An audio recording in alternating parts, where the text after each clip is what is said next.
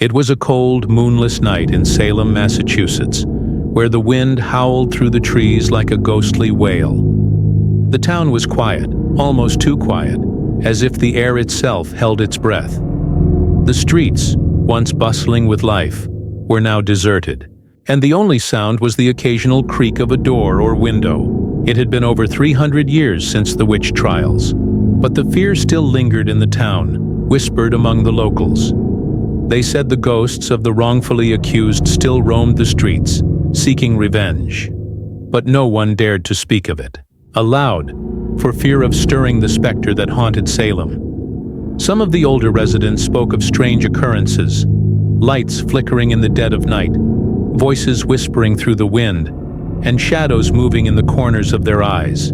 It was as if the town itself was haunted by its past, and no one could escape the weight of its history. Despite this, life went on, and most of the townspeople tried to forget the horrors of the past. But deep down, they all knew the truth. The specter of a witch still lingered, waiting for the right moment to strike again. At the edge of town, an old, decaying house stood alone, its windows dark and empty. The townspeople avoided it, calling it cursed. They said it had once belonged to a woman named Agnes, a healer who had been accused of witchcraft during the trials. She had been burned at the stake, but not before she swore vengeance on the town. Her spirit, they claimed, still wandered the woods at night, her eyes glowing with rage, waiting for the moment when she would return to claim her revenge. No one had dared enter the house for years, but tonight, something was different. The air was thick with an unsettling stillness, and the moon hung low in the sky, casting an eerie glow over the crumbling structure. As the wind whispered through, the trees, it seemed to carry the faintest sound of footsteps, slow, deliberate, as if someone or something was waiting. The house stood as a silent witness to the horrors of the past, its walls stained with the blood of those who had died there.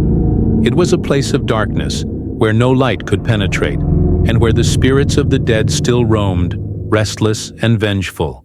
A young man named Thomas, new to Salem, had heard the stories. He was skeptical, dismissing them as mere superstition. But as he walked through the streets, he couldn't shake the feeling that something was watching him. The air felt heavier, colder, and the shadows seemed to move in ways that didn't make sense.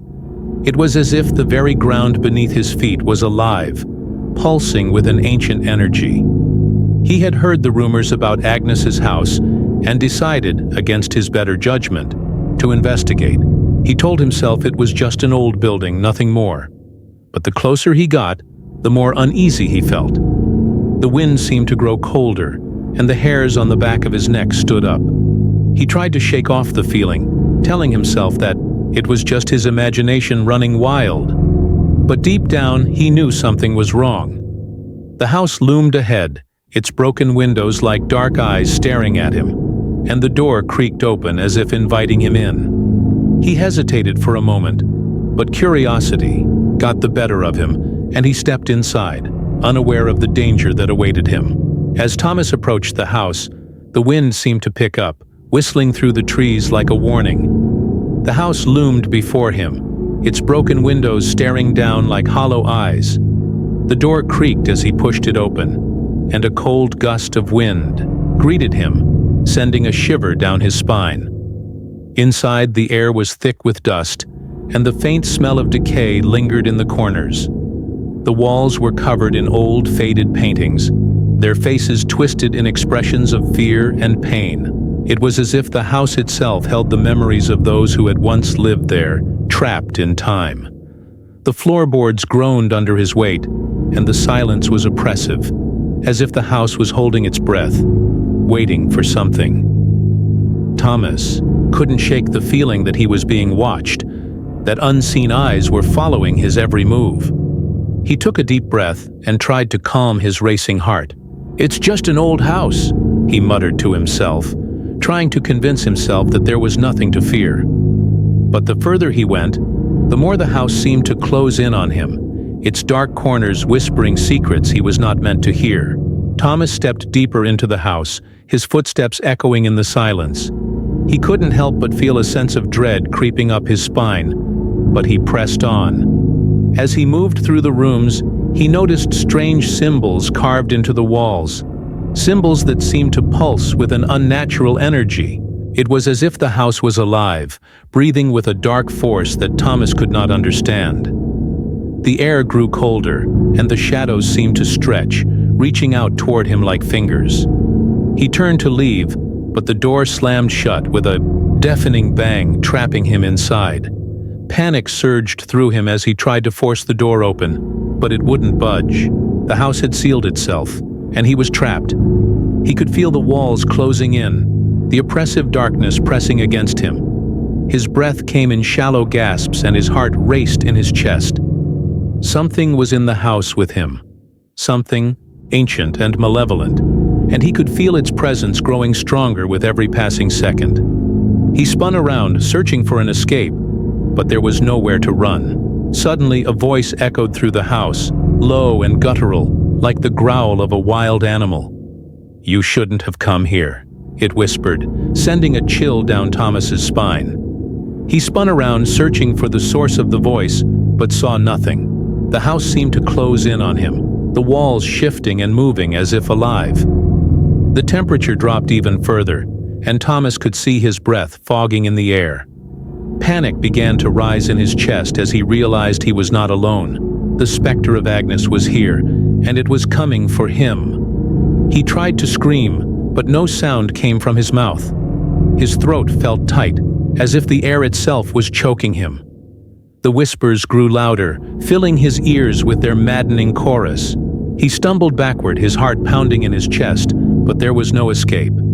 The shadows seemed to stretch and twist, forming into shapes that flickered in and out of existence.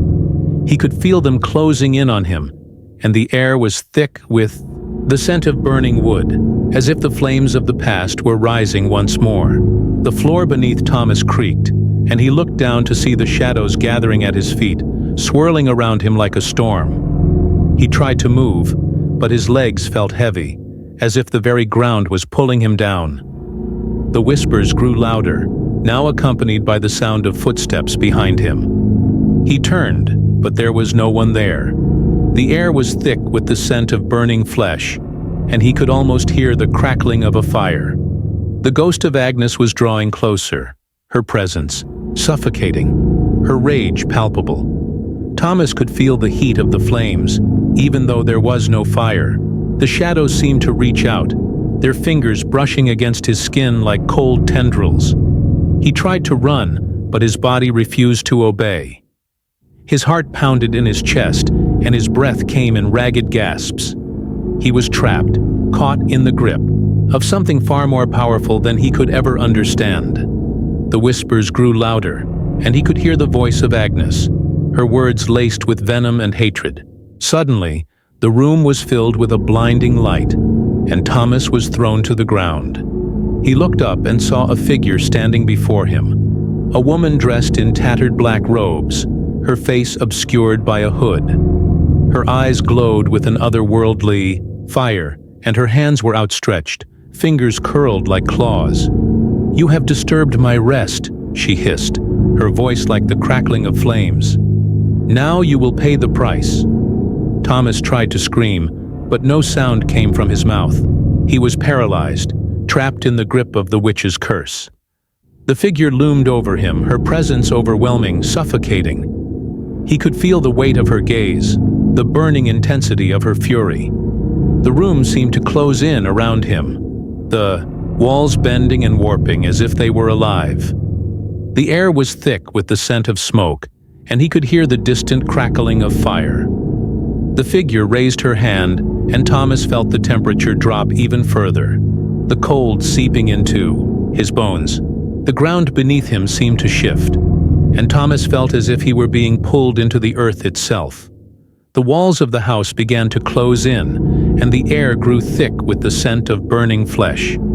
He could hear the crackling of fire, the screams of those who had perished in the witch trials.